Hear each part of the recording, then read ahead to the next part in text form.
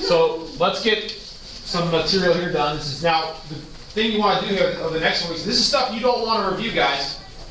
You don't want to review the stuff I'm about to talk about because why? I mean, it's fresh, right? You should know this stuff. So put the time in now so you don't have to review it later. So what we're going to get into today is we're going to talk about Detente and some other things, and we're actually going to talk today it's probably about, more about stuff that you've never been exposed to than almost any other aspect of the Cold War at this point. Because there's a lot of foreign stuff that you haven't even heard of from U.S. history or anything. But we will talk about some stuff you're familiar with as well. All right, so the first thing we're going to get into is one thing that you certainly are probably not as familiar with, which is Sino-Soviet relations. Okay, we're talking about the relationship between China and the Soviet Union from 1966 to 1980. So we're bringing this up modern era. All right, so let's go first talk about some developments in 1964. Okay, we get a very important development, that is China develops the hydrogen bomb. This is a major kind of pivotal moment in the Cold War. Okay, now China wasn't the first country outside the United States and Soviet Union to develop an atomic weapon. Other countries had atomic weapons already. But the fact that China got their hands on a hydrogen bomb is kind of a big deal. Okay, this was at a time when the relationship between the Soviet Union and China was deteriorating. And of course, Mao had said in the past that he believed war was necessary to further the communist agenda. So when you have a person like Mao saying that war is inevitable and necessary, and now he has nukes, it's a little bit of a concern. And it wasn't just a concern for the United States, okay? But the fact that China now was a nuclear power was a concern for the Soviet Union as well, because in 1964, the relationship between China and the Soviet Union had really deteriorated, okay, as a result of a lot of things, but mostly, Khrushchev moving the Soviet Union away from a Stalinist agenda. The failure of the Soviet Union in the Cuban Missile Crisis had also angered Mao, who had seen it as, a symbol of weakness within the Soviet empire. So this was a concern, okay? We had another nuclear power in the Cold War. Now, another thing that was going on in China, same time period, was we had some domestic stuff for them going on that the world was taking note of. Okay, we had the Cultural Revolution, as it was called. Okay, during Mao's reign in China, we had a couple of major events. One was the Great Leap Forward, which we already talked about. You guys should already know the Great Leap Forward. There was the Cultural Revolution, or the Great Proletarian Cultural Revolution. So Mao, over the years, he had kind of a lot of his, I don't know how I would say, I guess a lot of his prestige had kind of waned because China had fallen on hard times. The Great Leap Forward was, of course, a massive disaster. He'd been criticized by the Soviet Union. So in order to regain some of the kind of cult of personality and clout that he once had, Mao launches this thing called the Cultural Revolution. Okay, the Cultural Revolution is Mao's attempt to reinvigorate the communist movement. He's going to basically relaunch communism, okay, in China. And the way he's going to do that is he's going to begin. It's kind of McCarthyist. He starts accusing people in China. He says there's people in China who have infiltrated China, and they're bringing in these kind of liberal ideas, and they're trying to modernize China and liberalize it, and they're basically threatening the entire communist agenda. That's what Mao said. So he urged all good Chinese communists to rat out these liberal elements and expose them so they can be dealt with. And of course, this ultimately is going to lead to all kinds of human rights abuses, including murder and imprisonment.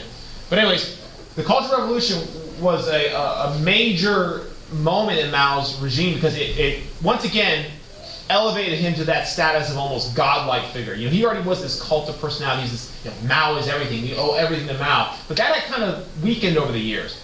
Now he's kind of rebranding himself with the younger generation to make sure they understand just how important he is. Now, in order to do this, you have to eliminate anyone who could potentially speak out against you. So who did Mao target? Well, mostly the older generations, the people who had lived through the actual Chinese Revolution. He blamed them for the problems in China. And he urged young people who had been brainwashed under Mao, the youth of China, to turn against their elders, including even their parents sometimes. So the educated elements of Chinese society, the elder elements of Chinese society were targeted by the Cultural Revolution. Okay? And of course this led to violence and the death of thousands of people, murder and imprisonment. So it drew criticism from around the world, including criticism by the Soviet Union, because the Soviet Union had moved away from Stalinist stuff like this. Those days were over in the Soviet Union. But Mao was still doing and saying the same things that Stalin had said in the past. Mao was very much right out of Stalin's kind of playbook. So who was doing the violence? Well, it was the youth of China. These young kids, these teenagers that made up what were called Mao's Red Guard. The Red Guard were kind of Mao's most fanatical followers. I mean, these were his secret police who were going around and supposedly exposing these liberal elements in China. Okay, these kids who bought into his agenda. And they went around waving these little red books. If you look at the picture, they're all waving this little red book. That little red book was Mao's, what they call it, the little red book. And it was basically a book of Maoist principles and teachings that he wrote that were his take on communism and things like that. I mean, it was essentially the Chinese Communist Bible about what they were to believe. And the kids were so brainwashed by this that they did his bidding. So during the entire Cultural Revolution, okay, we think upwards of 500,000 people were killed. And this, of course, goes to that death toll that Mao creates in China, both this and also during his Great Leap Forward, in which millions died due to forcible relocation and starvation, where Mao goes down in history as one of the world's greatest mass murderers because his policies hurt his own people, okay, both directly and indirectly. All right, so he drew a lot of criticism, even from the communist world like the Soviet Union. Now let's talk about the Soviet Union now. So if they were doing it, they got criticized. Whatever the Chinese did, the Soviets criticized. Whatever the Soviets did, the Chinese criticized. So they were not getting along. So in 1968, we get a new Soviet leader, by the way. I don't know if we did talk about him briefly. But after the Cuban Missile Crisis, Khrushchev started to fall out of favor within the Communist Party of the Soviet Union because he appeared weak, and they thought he just wasn't doing a very good job. So eventually Khrushchev, he's not killed, he's not eliminated, but the Communist Party basically shoves him aside and says, okay, you're done. Okay, and the person who eventually is elevated to essentially leader of the Communist Party, which means leader of the Soviet Union, is this guy by the name of Leonid Brezhnev. Okay, so Brezhnev is going to become the next big Soviet leader. So we're going from Stalin to Khrushchev, now we're going to Brezhnev. He's one of the big ones. Now there's a lot of Soviet leaders. There's essentially about 7. I'm only asking that you know 4. Stalin, Khrushchev, Brezhnev, and Gorbachev. Okay, we're going to get to him later. Okay, so you're going to come across some other ones. The triumvirate, they call them. Don't worry about them. They're not as important to the study in this class. So what does Brezhnev do? Well, Brezhnev comes along, and if you want to say that under Khrushchev, the Soviet Union made some kind of advances towards openness, a little bit, just a little bit.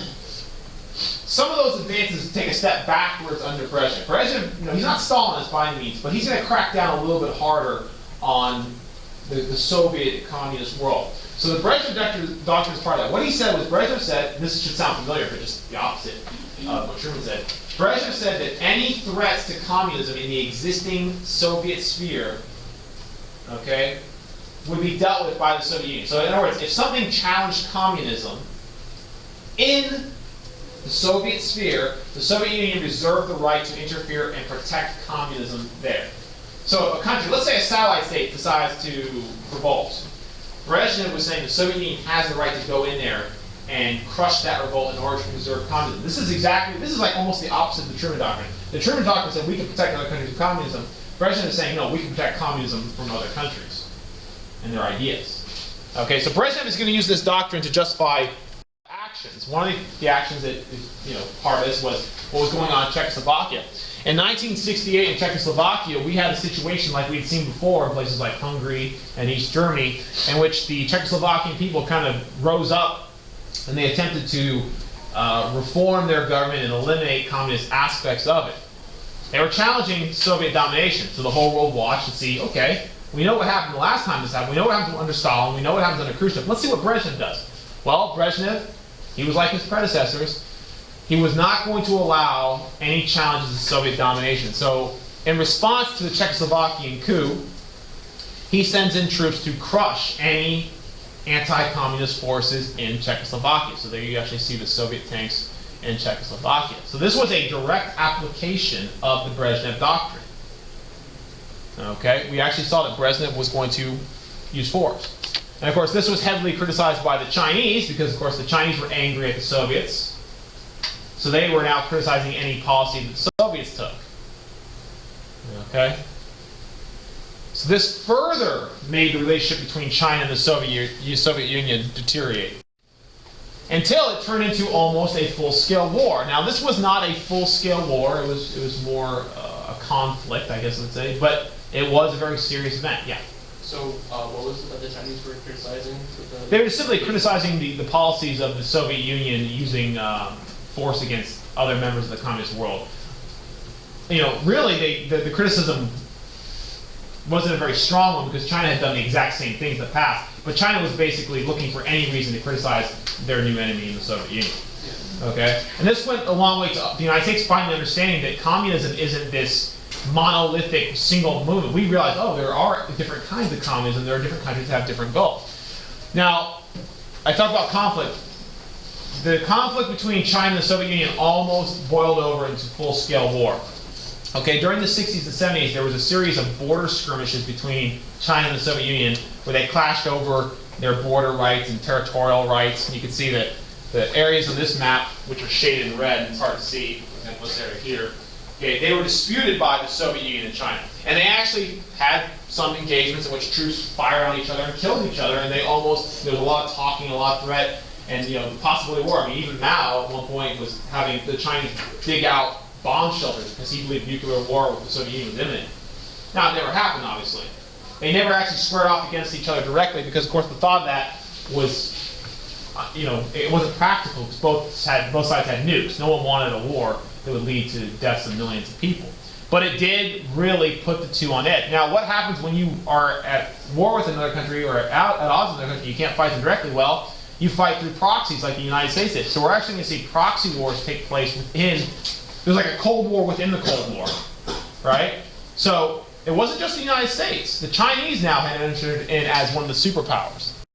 So where do we see a proxy war? Well, we see a proxy war in Cambodia and in Vietnam.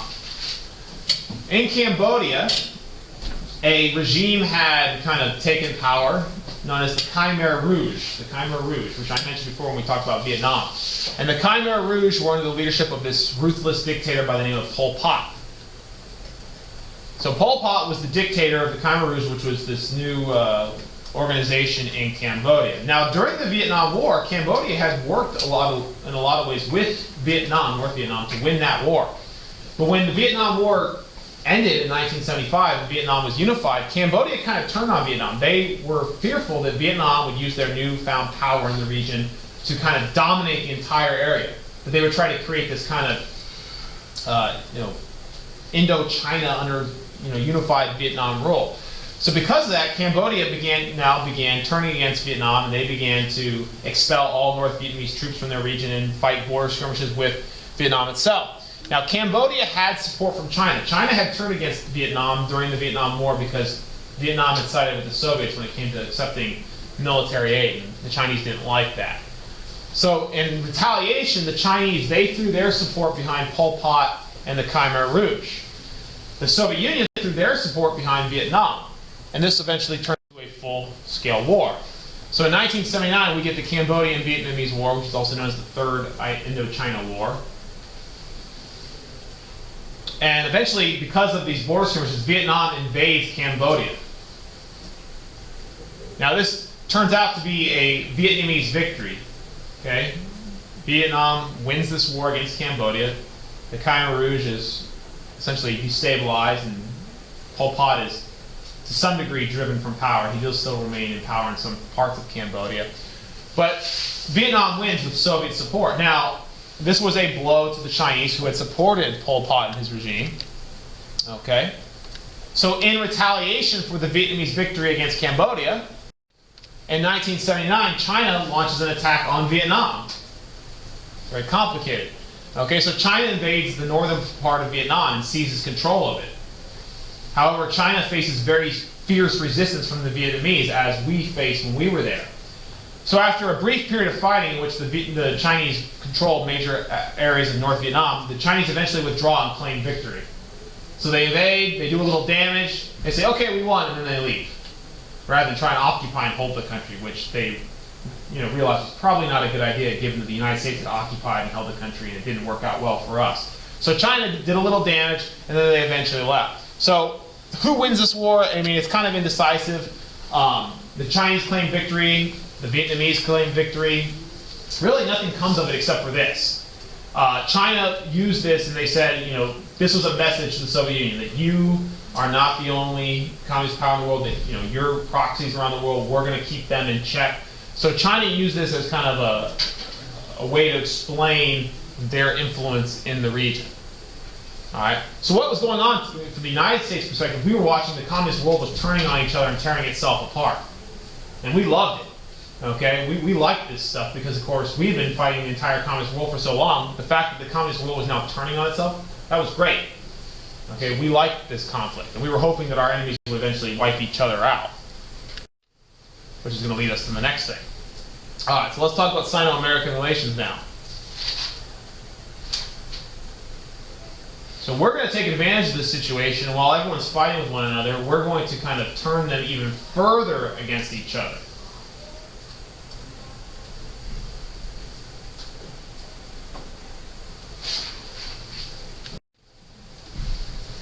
Okay, so talks between the United States and China eventually began in secret. We sent over to China, this was all done very secretively at first and eventually made public. We sent over to China our national security advisor at the time was this guy named Henry Kissinger, who worked for President Nixon. And he met with the Chinese ambassador Zhao Enlai, and we began secretly talking with the Chinese about the possibility of normalizing relations between the two countries, putting the bad blood behind us and moving forward and working together. Okay? Which would have been unheard of because, of course, we had never dealt with a communist nation before. Now, in order to do this, we would have to make concessions to the Chinese. And one of the things that the Chinese wanted that we needed to make a concession for was they wanted UN membership. The Chinese have been kept out of the UN since 1949. In fact, in the UN, the only China that was officially recognized was Taiwan. Taiwan was considered to be the legitimate China in the UN by all countries involved, except for the Soviet Union initially. Okay? So we decided, well, we can't do this anymore. The days of just ignoring China, you know, a nuclear power with 1 billion people, it's over. We have got to acknowledge their existence if we're going to move forward and repair our relationships. So in the 1970s, the United States stopped blocking Chinese membership in the UN, and China was admitted to the UN, and China even took the place of Taiwan on the UN Security Council. So on the UN Security Council, Taiwan was removed, and China took its place. And that is, of course, the most important part of the UN, is that that is your decision-making body that has all the powers to make war and all that stuff. So letting China into the UN was a huge deal. And the United States essentially let it happen as an attempt to kind of, okay, in good faith, we're going to do this. Because we realized that you can't ignore China. Ignoring it wasn't working. We needed to work with them. Doesn't mean we agree with them, but sometimes you have to work with countries you don't agree with to get what you want. Okay, and that's how we treated China. All right, now the most surprising thing was in 1972, this is the most famous event of the time period that kind of represented detente, was when President Nixon went to China to meet with Mao. This was unheard of. We had had no diplomatic relations with China since 1949. And now, all of a sudden, Nixon, who was considered to be one of the most anti-communist politicians ever, his entire career was built on being anti-communist. That's how he first became well-known, was by hunting communists for HUAC. He's going to go to China and meet with Mao, the leader of the largest communist nation in the world. Okay, it blew everyone's mind. But of course, Nixon was playing a very smart game. Nixon realized by going to China and repairing relations with them, we could further drive a wedge between China and the Soviet Union. Because by butting up with China, the Soviets were like, uh-oh, what's going on here? Are we going to get teamed up on? And we knew the Soviets would eventually come running and make deals with us so as not to be isolated. So Nixon was very brilliant at this. This was Nixon's greatest strong suit. Nixon was very, very good at handling foreign affairs. He even said when he was president, he said, I wish I could just deal with foreign affairs all day, and I wish the domestic stuff would just run itself. Because he had no clue what to do with domestic stuff. Okay? But he's really good with foreign affairs. So this led to what's called the Shanghai Communique, which was, this had no real official kind of binding resolution to it, but what the Shanghai Communique said was, it was a, the United States would make every effort to normalize relations with China, which means we would start treating China like a real country. We would talk to them. We would deal with them. We would trade with them. We'd make treaties with them. We were no longer going to treat them like outcasts. That is what it means to normalize relations. And this was part of a broader strategy. This is some review from last year. This is part of a broader strategy, or broader philosophy, I guess I would say, that was adopted by the Nixon administration, in which we were going to stop dealing with countries based on ideology. What I mean by that is, instead of going, oh, you're communist, we can't deal with you, we're just going to just ignore you. Instead, we were going to deal with countries based on practical reasons. Oh, you have something we need, we can make a deal, okay. You're powerful, okay, we respect that, let's make a deal. So the idea was to stop dealing with countries based on ideology and start dealing with them on the basis of real power and real influence in the world. Okay? So this is a brand new strategy that Henry Kissinger brought to the United States. Anyone remember the name of it? Realpolitique. Very good. So you guys remember. Okay, so that's it. Deal with them based on real world strength and needs. Okay? And this has guided us to some degree today, and some degree it hasn't. You know, for example, someone would say, how can we deal with Iran? Why are we even making deals with Iran? Well, because they're a powerful country that are pursuing nukes. You can't just ignore that. We got to deal with them. We may not like their government. We may not like everything. We have to deal with them. But in some places, in some areas in American history, we've been ideological. For example, Cuba. Cuba, ideological. They're communists. We had some bad, blood between us, so we just ignored them and isolated them.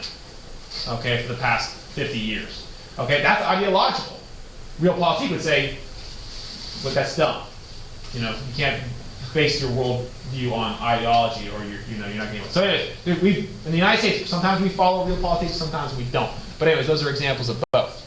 So we like China. It's not like we agree with China, but we recognize that we have to deal with China. Look at China today. I mean, can you imagine us ignoring China today? That'd be disastrous. China has the fastest growing economy on earth. It is going to have the most powerful economy in a few years. They're going to overtake us. It's inevitable. We have to deal with them. Okay. Now, part of dealing with China meant we had to back off of Taiwan. We had, since 1949, said, this is China right here. See that? That's China. This over here, we don't know what that is. This is China, okay? This billion people over here, they don't exist. The real China is Taiwan. That's what we said since 1949. Well, by the 1970s, we changed our tune. We said, okay, let's be realistic. Taiwan has a legitimate reason to exist, but mainland China is China, okay? So we didn't abandon it officially, but we did in practice abandon the whole idea of the sole China being Taiwan, okay? So that was also a pretty big deal. We also pulled all military support. We said, Taiwan, we got your back. Still on paper, we still today have their back. Taiwan, we say, if they get invaded, we're going to protect them, okay? But for the most part, we began to back off all the talk about, okay, we're going to be the military for Taiwan against China. And the good thing, of course, has been that China really hasn't done anything to challenge that. Okay, now a big moment was in 1976 when Mao died. This is as big as when Stalin died. Because just like when Stalin died, it opened up the Soviet Union to pretty dramatic reforms. When Mao died in 1976, and he had been unhealthy for a while now, even when he met with Nixon. But when Mao died in 1976, this was huge because it opened up the door for the possibility of reforms in China. Now, I'm not going to say China, became this great, democracy, and because it did. It still isn't today. China has a lot of problems today in terms of human rights violations and, oppression when it comes to freedom of speech. But there were a lot of reforms because after Mao died, there was a power struggle. I'm not going to get into all the details. There was a battle for power, and hardline communist elements tried to win. But ultimately, the guy who emerged on top was this guy named Deng Xiaoping, who was the leader of China until, I think it was 1997, he died, something like that. But anyways, Deng Xiaoping was a very important force in China in terms of modernization. He modernized China. What I mean by that is he opened up China to some reforms. What did he reform? Well, he allowed economic reforms. China abandoned its complete focus on a command economy. China is still a communist country today. However, its economy has adopted many aspects of the free market and capitalism. And because of that, it's been very prosperous. However, it has retained, even to this day, it's not as bad as it once was, but China today has retained elements of, control of its citizens and repression of free speech and democracy and things like that. So it modernized a lot, but it still retained a lot of its communist elements. So it's still a communist country today, but of course it's a communist country that we get along very well with and we do a lot of business with, and it's essential to our functioning as a country. I mean, they are very important to us, okay? But if we were to follow strictly ideology, we would not deal with them at all. So that you can see why Realpolitique became the thing, because we couldn't function in a world based on ideology anymore. Okay? Those days were over. For now. We will go back to ideological, kind of thinking for a while in the 1980s, but then that ends. Okay, so why is it the United States pursued detente with the People's Republic of China? I've already talked about some of this, but I'll go through it briefly. We needed help getting out of the Vietnam War, and we thought China could assist us there. We also wanted to put pressure on the Soviet Union to want detente. By isolating the Soviet Union, by pursuing detente with China, we knew they would come running, and it worked. After we got detente with China, the Soviet Union was like, hey, what about us? And we, of course, pursued detente with them. All right, now that China was a nuclear power, we realized it was better to be on good terms with them rather than to isolate them. You can't ignore, a nuclear power, especially one that could possibly be hostile to you. Yeah, you have to acknowledge that. And we wanted to reduce our commitments in Asia. We wanted to not have to fight in every war there and defend every country there. The Nixon doctrine said we're not going to fight every war in the world. So we thought by making nice with China, it would let us extract ourselves from the defense of Indochina and places like that. Okay? So that is the beginning of the long relationship with China.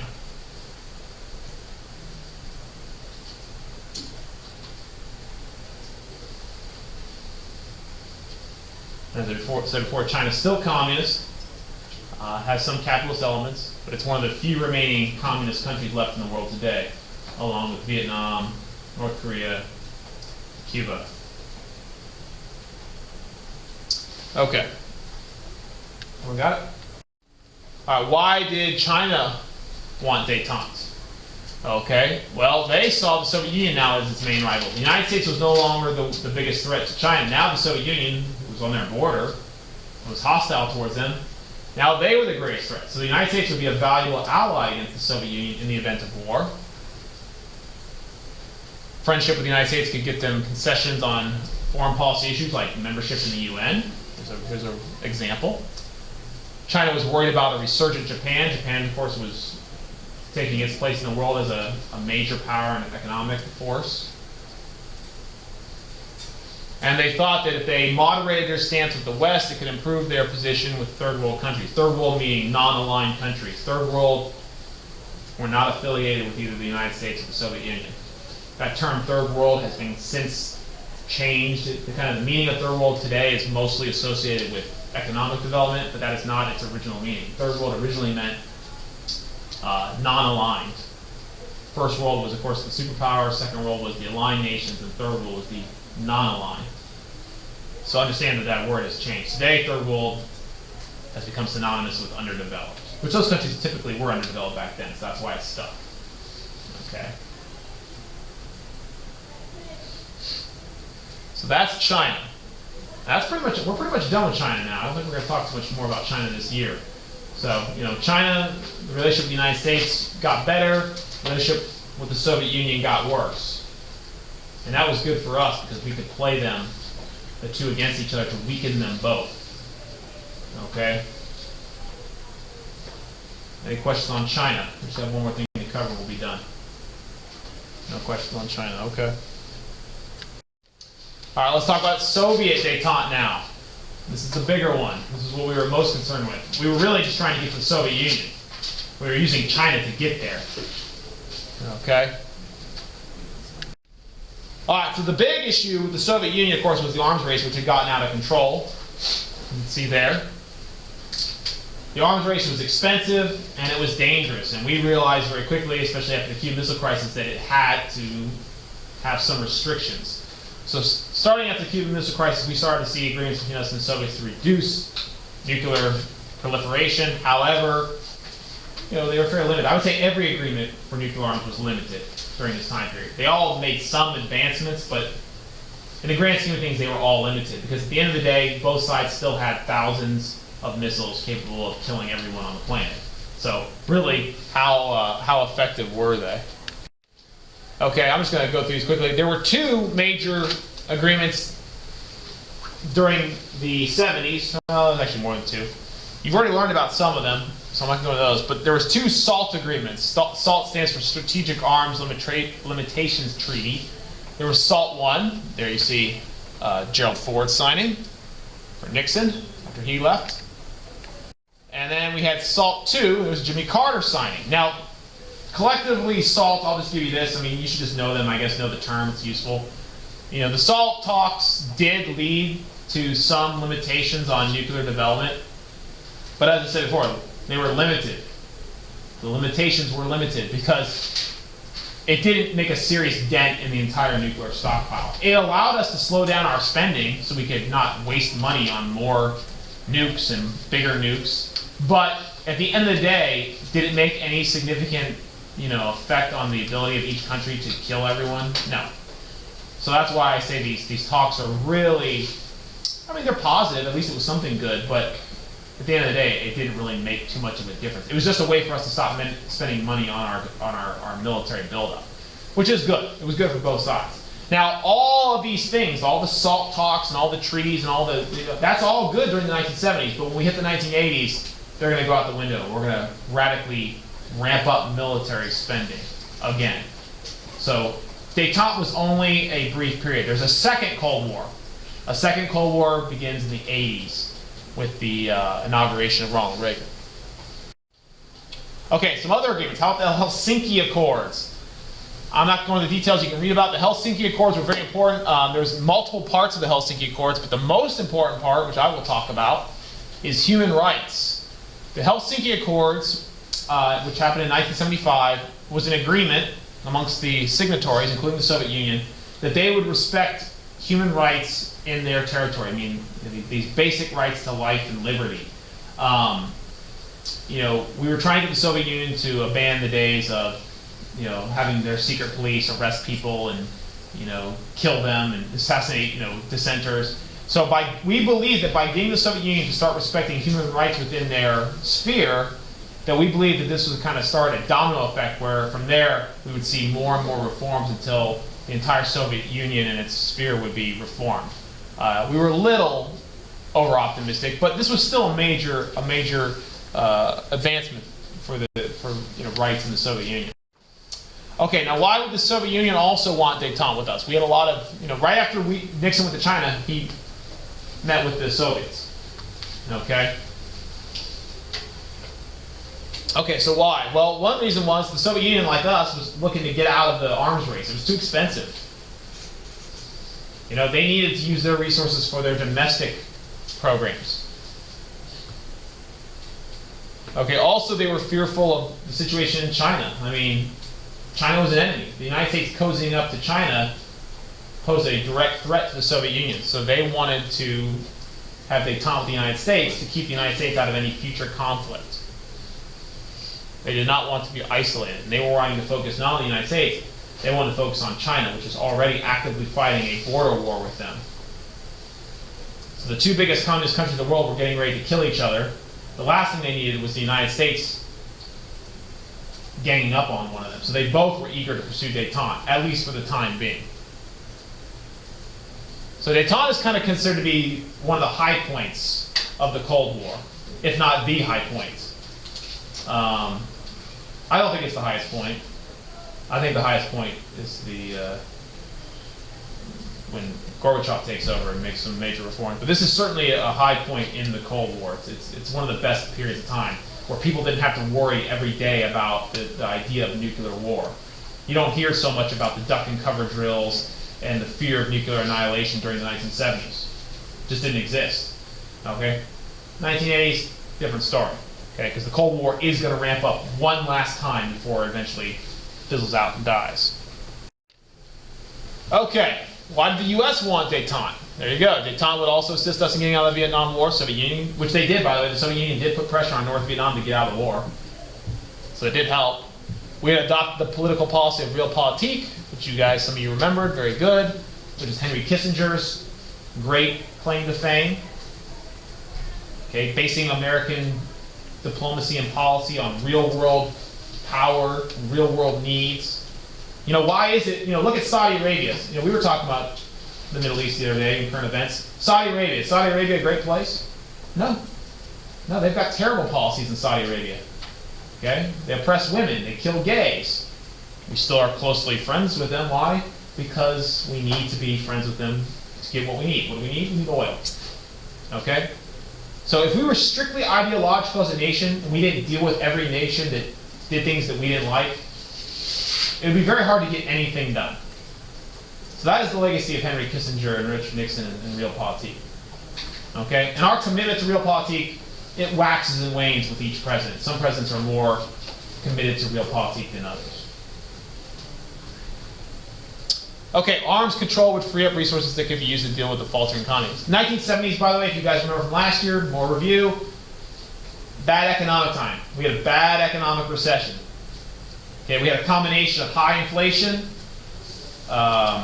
and high unemployment, which led to a stagnant economy, which got a special name. Remember that? Stagflation. You guys remember that from last year? So 70s was bad. We didn't want to be spending money on nukes. We wanted to be spending money on domestic concerns. So this is what the United States was up to, and we'll finish with this. Nixon was engaging in something called triangular diplomacy, which is just another way of saying what I've already said before is, you know, when three nations are working, you know, together, but two are always trying to play play one against the other. So, you know, we talked about how Nixon, he played the Chinese and the Soviets against each other to get what we wanted. So you look there, what were we offering? You know, we had Realpolitik, we visited China, China joined the UN. Okay, and then with the Soviets, we also had all these summits and arms control, the Helsinki Accords. And what this did was it exacerbated the hostility and fear of being isolated by the two communist powers. Okay? We got them even more terrified of each other and fearful by talking to each. Okay? So that's triangular diplomacy. Okay. Any questions?